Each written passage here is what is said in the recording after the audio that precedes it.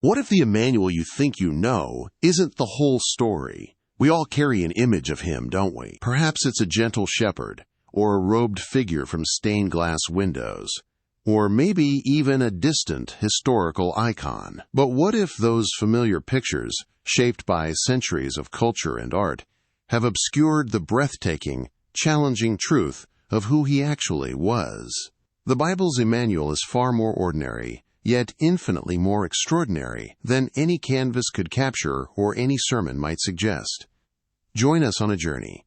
We're about to unveil 30 profound, often unseen facts that will transform your understanding, peeling back the layers to reveal Emmanuel as he truly is.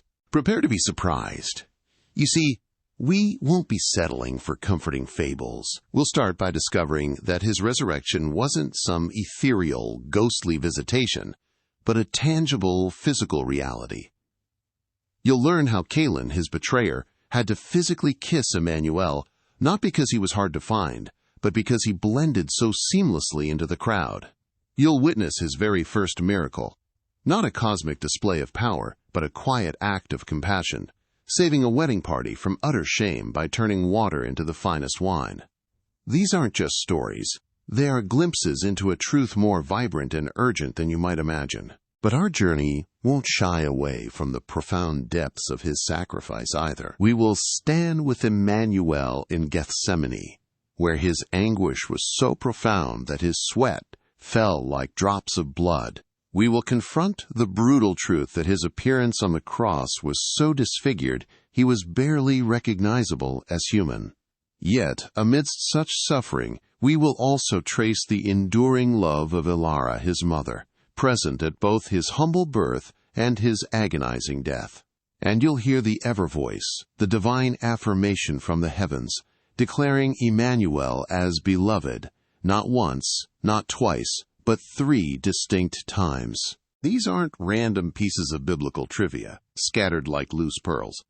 No, each of these 30 facts is a deliberate brushstroke, painting a clearer picture of Emmanuel's mission and character. They illuminate his profound humility, his boundless compassion, how he meticulously fulfilled ancient prophecy, the unimaginable depths of his suffering, and ultimately, the dazzling glory of God revealed in human form. Every detail, every event, every word spoken by him or about him serves a singular divine purpose. We are not simply seeking knowledge, we are seeking revelation. And why do these facts matter to us today, you ask? Because every single one of them flows directly into the Great Commission, the call for us to know him and make him known. These truths challenge our assumptions, deepen our faith, and equip us to share the Emmanuel we truly discover. If you think you already know everything there is to know about him, then we urge you, stay with us. If you feel a stirring of curiosity, a desire for something deeper than what you've been told or shown, then this journey is for you. Allow yourself to be challenged. Allow yourself to be transformed. Because as we peel back these layers, you'll see how every detail, from the physical reality of his resurrection to the profound mercy he extended even to his betrayer, points to one breathtaking, undeniable truth. He is Emmanuel, God with us. His story didn't end 2 millennia ago. It continues, echoing in the hearts of those who dare to seek him. And in the process, you'll discover that his story is, in a very real sense, still continuing in you. So, are you ready to journey with us? Are you ready to unveil Emmanuel, and perhaps unveil a new understanding of yourself? Music interlude fades in and out. We've started our journey, haven't we? We've begun to peel back the layers of common understanding. Now, prepare yourselves for the first monumental truth that challenges everything you thought you knew about Emmanuel. Fact number 1. His resurrection wasn't a ghostly whisper, a spiritual idea, or a comforting metaphor. No, it was a tangible, physical, breathtaking reality. Imagine, if you will, the fear-filled upper room in Jerusalem. The witnesses, huddled together, grief-stricken, bewildered. Suddenly, Emmanuel stands among them.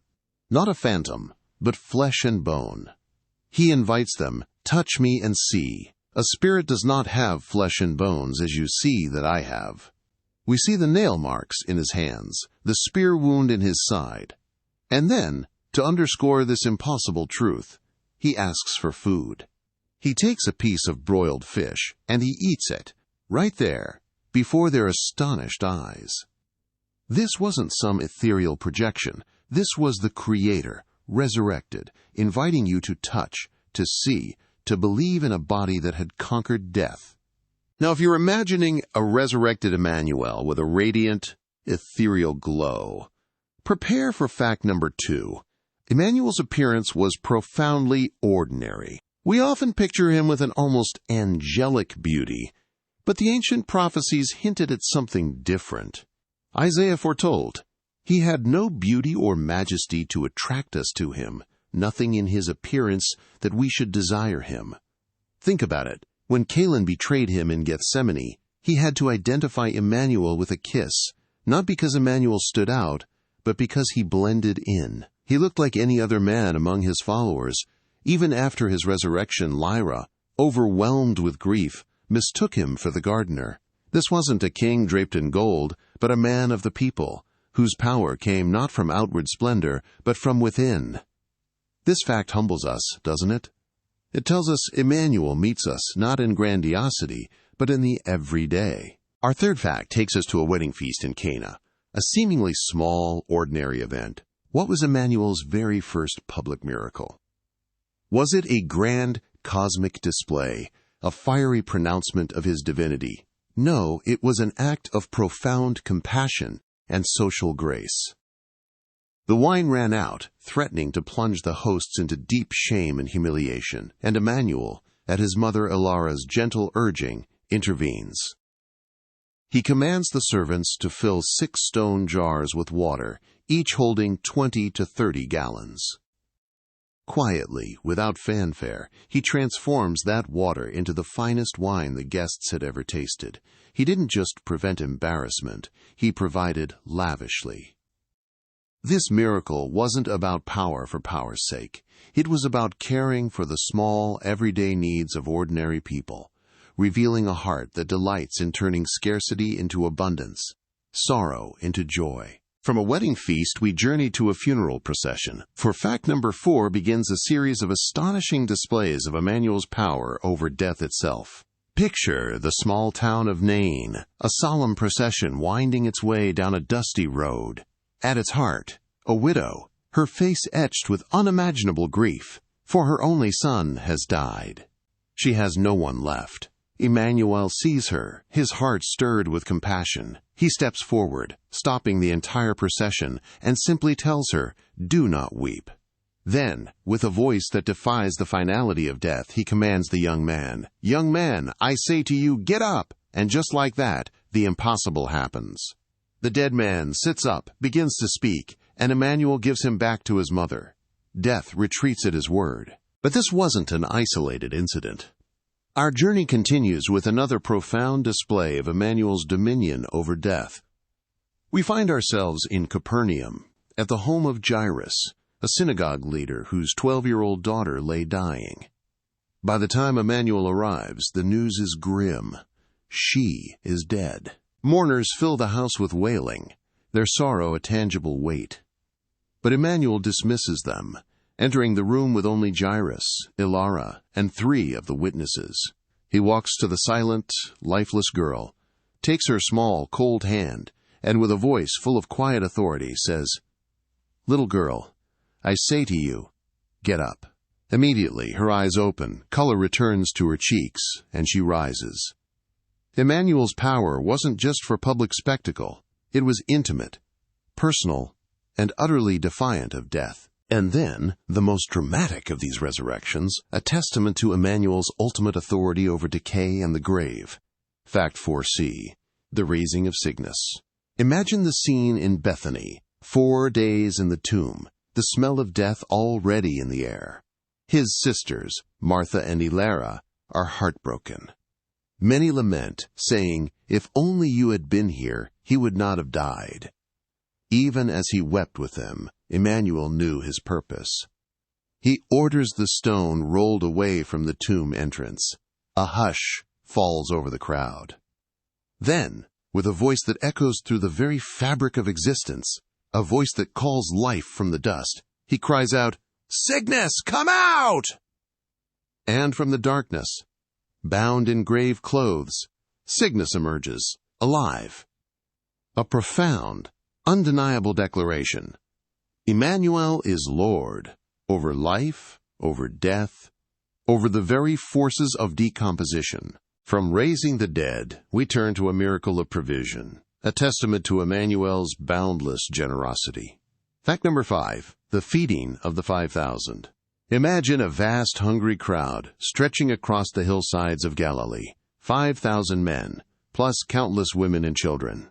The witnesses, looking at their meager resources, 5 small loaves of bread and 2 fish, see only impossibility. How can we feed so many, they ask.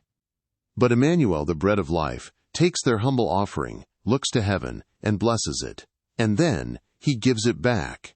We see hands passing food, multiplying in real time. Everyone eats until they are satisfied, and when the meal is done, 12 baskets of leftovers remain. This isn't just a story about multiplication. It's a living parable of a God who can take so little and make it more than enough, always. Now, let's pivot from miraculous power to profound, almost unbearable suffering. Fact number 6 takes us to the Garden of Gethsemane, the night before his crucifixion. Here, we witness the depth of Emmanuel's human agony. He prays, pouring out his soul to the ever-voice, knowing the unspeakable torment that awaits him. His distress is so extreme, so overwhelming, that his sweat falls like drops of blood. This isn't a poetic metaphor. It's a rare medical condition called hematidrosis, brought on by intense psychological stress. What could cause the Son of God such anguish? It was the crushing weight of the world's sin, the impending separation from the ever-voice, the very essence of his being. Even knowing his ultimate triumph, Emmanuel utterly surrendered, praying, "Not my will, but yours be done." And that suffering, that profound anguish in Gethsemane, was only the beginning. Fact number 7 is perhaps one of the most brutal yet most essential truths we must confront. Emmanuel was so disfigured on the cross, he was barely recognizable as human. Isaiah's ancient prophecy warned us. His appearance was so disfigured beyond that of any human being, and his form marred beyond human likeness. Think of the beatings, the scourging that tore his flesh, the crown of thorns pressed deep into his scalp. By the time he was nailed to that cross, he was not the idealized, serene image we often see. He was a broken, bloody, unrecognizable mess. He bore the full, unvarnished weight of our sin, absorbing every ounce of shame and pain, so that we might be whole. Amidst this profound suffering, we find a thread of enduring love. Fact 8a focuses on Elara, Emmanuel's mother. We often celebrate her joy at his birth, cradling the infant Emmanuel in the humble manger of Bethlehem. But even then, there was a prophetic shadow. Simeon, a righteous man, blessed them, but then spoke directly to Elara, saying, "A sword will pierce your own soul too." This was a prophecy of profound, future sorrow. Even in the tenderness of holding her newborn, the promise of suffering was whispered, tying Elara's heart irrevocably to her son's destined path of pain and redemption. And that prophecy, that whispered sorrow, found its agonizing fulfillment. In fact, 8b. Elara was at the foot of the cross. Imagine her, standing there, beneath the man who was her son, her God, utterly broken and dying. Every lash, every nail, every gasping breath was a sword piercing her soul, just as Simeon had foretold. Yet, even in his own excruciating agony, Emmanuel looked down from the cross and, with what strength he had left, entrusted his mother to his beloved disciple, John, saying, "Here is your mother." It's a poignant testament to his enduring love and care, even in his final, darkest moments. From the agony of the cross, we turn to a radical act of compassion that defied all social norms. Fact number 9, Emmanuel touched a leper. In ancient Israel, leprosy wasn't just a disease. It was a living death sentence, an automatic banishment from society. Lepers were considered unclean, untouchable, forced to cry out, "Unclean, unclean," to warn others away.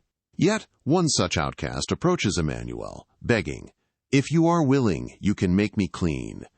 And Emmanuel, with boundless love, does the unthinkable. He reaches out his hand and touches him. No magic wand, no distant word. A direct, physical touch. And instantly the man is healed, not just physically, but his dignity, his humanity restored. Emmanuel wasn't afraid of uncleanness. His love was more powerful than any taboo. As we near the end of our first 10 facts, we encounter the unmistakable voice of the Ever Voice, providing divine affirmation for Emmanuel. Fact 10a. At Emmanuel's baptism in the Jordan River, as he emerges from the water, the heavens open. A dove descends, a symbol of the Holy Spirit, and then a voice, deep and resonant, thunders from above, declaring, "This is my beloved Son, in whom I am well pleased." This wasn't a private revelation. It was a public declaration, marking the beginning of Emmanuel's public ministry, confirming his divine sonship and the profound pleasure the Ever Voice took in him. An undeniable, audible affirmation of who Emmanuel truly is. The Ever Voice wasn't content with just one affirmation. Fact 10b brings us to the Transfiguration, high on a mountaintop. Emmanuel's appearance is transformed, his clothes dazzling white, and he stands with Moses and Elijah, shining with divine glory. The witnesses, Peter, James, and John, are overwhelmed. And then, once again, a bright cloud envelops them, and from it, the majestic voice of the Ever Voice thunders, reiterating his profound love for Emmanuel, and adding a crucial command for us all. "This is my Son whom I love. Listen to him." A powerful, undeniable instruction to heed every word of Emmanuel, reinforcing his supreme authority and divine identity. And finally, the third and last recorded instance of the Ever Voice, speaking directly to Emmanuel before his ultimate sacrifice. Fact 10c takes us to Jerusalem, just days before the cross. Emmanuel, anticipating the horror that awaits him, prays for the Ever Voice to glorify his name. And from heaven a voice responds, clear and strong, saying, "I have glorified it and will glorify it again." This was the Ever Voice, providing divine comfort and reassurance to Emmanuel, affirming his sovereign plan, even in the face of immense suffering. It was a promise that even through the cross, glory would ultimately prevail. These three divine affirmations leave no doubt. Emmanuel is not just a man, but the beloved Son, walking in the perfect will of the Ever Voice. We've journeyed through the astounding public life of Emmanuel, witnessing his physical resurrection, his humble appearance, the profound compassion of his miracles, his intense suffering, and the unmistakable affirmations of the Ever Voice. These 10 facts challenged our perceptions, didn't they? Now, as we delve deeper, we turn our gaze to the quieter, more hidden years. What if we told you that some of the most surprising truths about Emmanuel lie not in the spotlight, but in the shadows of his early life, his family, and even how he chose to communicate? Prepare yourselves, for we are about to uncover the surprising details that humanize the divine, making Emmanuel even more relatable to our own lives. Fact number 11 challenges a core assumption many of us hold about great teachers. When we think of profound wisdom, we often picture ancient scrolls, leather-bound books, or monumental tomes. Philosophers, prophets, and spiritual leaders throughout history have left behind libraries of their thoughts. You might expect Emmanuel, the greatest teacher to ever walk the earth, to have penned countless volumes. But here is the profound truth. Emmanuel never wrote a single book. His life was his message. His actions were his living chapters. His death and resurrection, they were the greatest, most powerful declaration ever made. His teachings were etched not in ink, but in the hearts and minds of those who heard him, a living testament to an embodied truth. And speaking of his identity, here's fact number 12. Emmanuel's name wasn't chosen by his earthly mother, Ilara. We often assume parents pick their children's names, pouring their hopes and dreams into that chosen word. But for Emmanuel, his identity and mission were divinely ordained from the very beginning. An angel, Gabriel, appeared to Ilara with a profound command. "You will conceive and give birth to a son, and you are to call him Yeshua." This ancient Hebrew name, transliterated into our modern tongue as Jesus, means "the Lord saves." Imagine that his destiny, his very purpose, embedded in the name given by the Ever-Voice himself, long before he even drew his first breath. Consider this fascinating detail. Fact number 13, one we might easily overlook. Emmanuel was born in Bethlehem, a town whose name carries a profound prophecy. In Hebrew, Bethlehem translates to house of bread. Do you see the rich symbolism unfolding before us? Centuries before his birth, the prophet Micah foretold that, "Out of you, Bethlehem Ephrathah, will come for me one who will be ruler over Israel." This humble town, the house of bread, became the birthplace of Emmanuel, who would later declare, "I am the bread of life."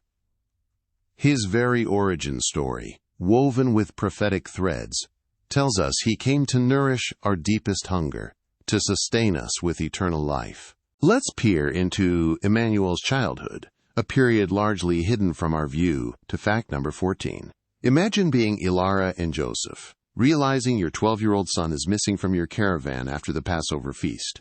3 agonizing days later, where do you find him? Not playing, not lost, but in the Jerusalem temple, engaged in deep discussion with the most learned teachers of his day. They were absolutely astounded by his understanding and his answers. When Ilara, with a mother's worried heart, asked why he had done this, his profound response echoed with an early awareness of his divine mission. "Did you not know I must be in my Father's house?"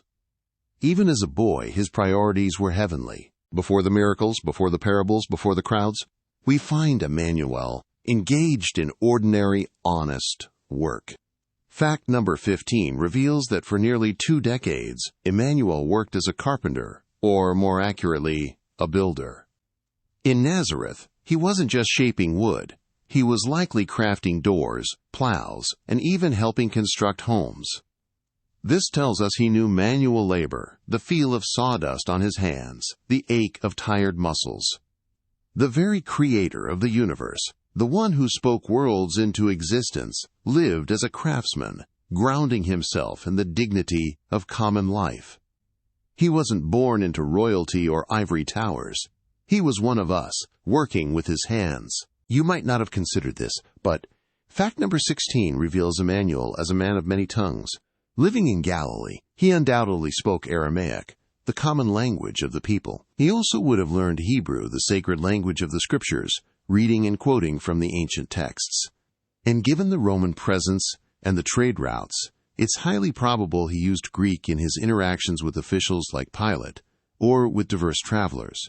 His ability to bridge worlds linguistically is a testament to his universal message, foreshadowing the gospel's global reach, speaking to every nation in their own tongue. Perhaps one of the most surprising and relatable facts is fact number 17, which we'll break into 2 parts. The Gospels clearly record that Emmanuel had brothers, James, Joseph, Simon, and Judas, and also sisters. Yet, during his public ministry, the people who grew up alongside him, his own flesh and blood, did not believe in him. Imagine that. The very family who shared a home, meals, and childhood with Emmanuel found it difficult to accept his divine claims. This highlights the profound human struggle to recognize divinity, even when it walks among us in the most familiar form. Yet we see a profound transformation in fact number 17, part 2. Only after Emmanuel's resurrection did his brothers come to a profound, unwavering faith. What changed their minds? What convinced them? The empty tomb. James, once a skeptic, became a prominent leader in the early church and even authored a book in the New Testament. His brother Jude also penned a letter. The people who grew up with him, who once doubted him, were later willing to die for the truth of his resurrection, proving its undeniable, life-altering reality. This is powerful testimony, isn't it? We've journeyed through Emmanuel's humble beginnings, uncovering the prophecies and divine purpose woven into his very name and birthplace. We saw how a carpenter from Nazareth, multilingual and wise beyond his years, began to stir the hearts of many, even as his own family grappled with his identity.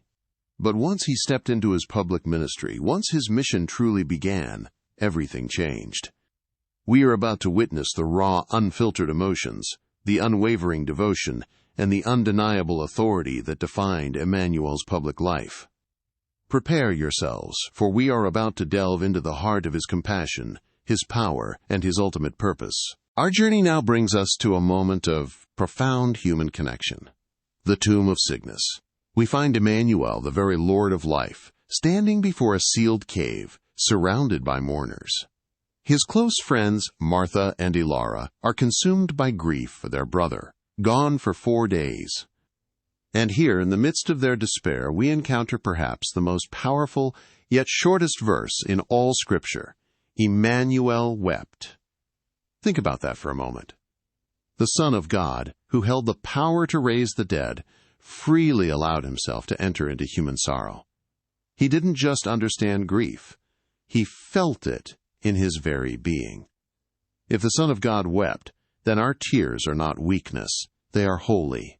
They are a sacred echo of his own deep empathy for our broken world. From the depths of shared sorrow, we now turn to a different, yet equally profound, display of Emmanuel's emotion, righteous anger. Imagine the bustling courtyard of the Jerusalem temple, a place meant for prayer and communion with the ever-voice, transformed into a marketplace.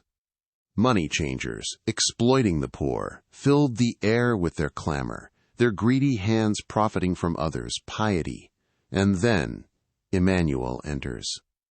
We see him not in gentle compassion, but with a fierce determination, overturning tables, scattering coins, and driving out those who defiled his Father's house. "My house will be called a house of prayer for all nations," he declared, his voice echoing with indignation, "but you have made it a den of robbers." This wasn't uncontrolled rage, but a holy fire, a passion for justice that reminds us true love sometimes demands confronting injustice head-on. Where did Emmanuel find the strength for such profound empathy, for such righteous indignation, for such tireless ministry? Our next fact offers a glimpse into his secret. We often find him withdrawing, escaping the crowds, seeking solitude on a quiet mountainside or a desolate place.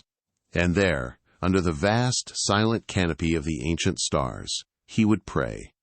Sometimes he would spend the entire night pouring out his heart to the ever-voice. We are shown that prayer wasn't an afterthought for Emmanuel. It was his lifeline, his intimate connection to his Father. It was his first move before every major decision, every spiritual battle. One of those days, Scripture tells us, Emmanuel went out to a mountainside to pray, and spent the night praying to God. This was the source of his power, his clarity, and his peace. When Emmanuel did speak to the crowds, he didn't use lofty philosophical treatises or complex theological arguments. Instead, we discover he taught in parables, weaving profound truths into simple, relatable stories. Imagine him, perhaps by the Sea of Galilee, pointing to the lilies of the field, the birds of the air, or a farmer sowing seeds. He spoke of lost sheep, prodigal sons, and wise builders. His teaching was accessible, visual, and unforgettable. It resonated with everyone, from the simplest peasant to the most learned scholar. He wasn't just imparting information. He was painting pictures with words, inviting us into a deeper understanding of the ever-voice's kingdom, ensuring his timeless wisdom transcended all barriers. From the wisdom of his words, we shift to the raw power of his command. Picture this: a small boat tossed violently on the Sea of Galilee, waves crashing over the sides, the witnesses consumed by fear. Emmanuel, exhausted, is asleep in the stern. In their panic, they wake him. Without a moment's hesitation, he stands amidst the chaos, his voice cutting through the roar of the wind and waves. "Quiet! Be still!" he commands. And in an instant, the storm obeys. The winds cease. The water turns to glass. The witnesses are left stunned, asking, "Who is this?" Even the wind and the waves obey him. This wasn't a plea. It was a declaration of sovereign authority, a breathtaking display of the Creator calming His own creation. But His authority over nature didn't stop at calming storms. Later, under the cover of a stormy night, the witnesses are once again struggling against the waves. Then, through the driving rain, they see a figure approaching, walking on the water. Terror grips them. They think it's a ghost. But a voice cuts through the wind, familiar and reassuring. "Take courage. It is I. Don't be afraid." It is Emmanuel. And in a moment that truly tests the limits of faith, one of the witnesses, Peter, asks to join him. "Lord, if it is you," he cries, "tell me to come to you on the water." And Emmanuel simply says, "Come." This wasn't just a miracle for Emmanuel. It was an invitation for us to step out in faith, to defy the impossible when called by Him. We've touched on this fact before, but let us revisit the feeding of the 5,000, for it holds a deeper revelation about Emmanuel's kingdom. Remember, thousands of hungry people, only 5 small loaves and 2 fish. Where humans see desperate lack, Emmanuel sees divine provision. Where we say, there isn't enough, He says, "Give me what you have, and watch." He took what was meager, blessed it, and multiplied it until everyone was satisfied, with 12 baskets of leftovers. This wasn't just a magical trick. It was a living parable, showing us that in His kingdom, scarcity is transformed into overflowing abundance, and our small offerings, when consecrated to Him, can feed multitudes. And let us also revisit the profound truth of Emmanuel's power over death, specifically the miracle at Nain. We saw Him interrupt a somber funeral procession, His heart moved by a widow's grief for her only son. He simply commanded, "Young man, I say to you, get up." And death, that ultimate enemy, retreated. The young man sat up and began to speak. Every resurrection Emmanuel performed, Nain, Jairus' daughter, Cygnus, was a preemptive strike, a powerful signpost pointing forward to His own. It was the ultimate victory, where death itself would bow before Him, shattered by the very breath of His command, offering us a living hope that death is not the end. Finally, let us face a truth that shatters any illusion of darkness and light being equals. Emmanuel's absolute authority over spiritual forces. We travel to the region of the Gadarenes, where a man, tormented by a legion of demons, lived in chains and tombs, terrifying all who encountered him. But when Emmanuel arrived, those demons recognized their Creator. They screamed, not in defiance, but in terror, begging for mercy. They knew His authority was absolute. Emmanuel doesn't negotiate with evil. He commands, and it flees. He shattered the man's chains, not with physical force, but with a word, demonstrating His unparalleled power to liberate the oppressed. This was a direct confrontation, a clear victory, proving His dominion over all darkness. We arrive now at one of the most heartbreaking moments in history, a betrayal that would echo through time. Picture the Garden of Gethsemane, bathed in the sickly glow of torches, the air thick with tension and the scent of olive trees. Emmanuel had just poured out His soul, sweating drops of blood in agony, and then a shadow emerges from the darkness, a familiar face leading a Roman cohort. It was Caelin, one of His own chosen, striding forward with a chilling purpose. We see Caelin approach Emmanuel, not with a weapon, but with a gesture of intimacy, a kiss. "The one I kiss is the man." Caelin had instructed the soldiers, his voice low, a viper's hiss in the quiet garden. A kiss, the universal symbol of affection and trust, twisted into an instrument of deceit. Emmanuel, knowing full well the agonizing path ahead, looked into Caelin's eyes and still called him friend. Even in that moment of profound treachery, when the very fabric of loyalty was torn, Emmanuel's mercy, His unwavering compassion, remained. It was a betrayal not of steel but of spirit, an embrace that led to the cross. From the garden, we are swept into a whirlwind of injustice, a trial that defied every standard of fairness. Emmanuel was dragged through the night, From the high priest's palace to Pilate's praetorium, a silent lamb before his accusers. Imagine the chaos, false witnesses contradicting each other, religious leaders screaming for blood, and the Roman governor, Pilate, caught in a political storm. We watch as Pilate himself, after questioning Emmanuel, declares, "I find no basis for a charge against him." Yet the mob's roar for crucifixion grew louder, fueled by envy and fear. This was no legal process. It was a perversion of justice, a carefully orchestrated condemnation. The innocent man, the very Son of God, was condemned by human hands so that the guilty, all of us, could be set free. It's a paradox that stretches our understanding. The greatest injustice ever committed was, in the ever-voice's divine plan, the ultimate act of redemption. The dawn broke, revealing the grim reality of the sentence. Now, we follow Emmanuel along the Via Dolorosa, the way of suffering, as he began the agonizing ascent to Golgotha. Fact 27 reveals that Emmanuel carried his own cross, a rough, heavy beam of wood, the instrument of his execution, resting on his already torn and scourged back. We see him stumble, his body weakened by the night's torments, every step a testament to his profound love. The weight of that cross, both physical and spiritual, was immense, but he bore it willingly. Each agonizing step was taken not for himself, but for us. Though Simon of Cyrene was later compelled to help, Emmanuel first shouldered that burden alone, demonstrating the depth of his sacrifice, leading the way for any who would follow. It was a journey of ultimate self-giving, a path paved with love and agony. And then we arrive at the summit, the place of the skull. Nailed to the cross, Emmanuel hung between heaven and earth, mocked, reviled, and in unimaginable agony. Yet, in this moment of ultimate suffering, as his life ebbed away, he uttered words that would forever define the heart of the gospel. We hear him, amidst the jeers and the pain, pray, "Father, forgive them, for they do not know what they are doing." Think about that. Even as his executioners gambled for his clothes, even as the crowd hurled insults, he extended radical, unconditional forgiveness. This wasn't a casual sentiment. It was a profound act of divine love, demonstrating that forgiveness is available even for those who inflict the deepest wounds, for those who are utterly undeserving.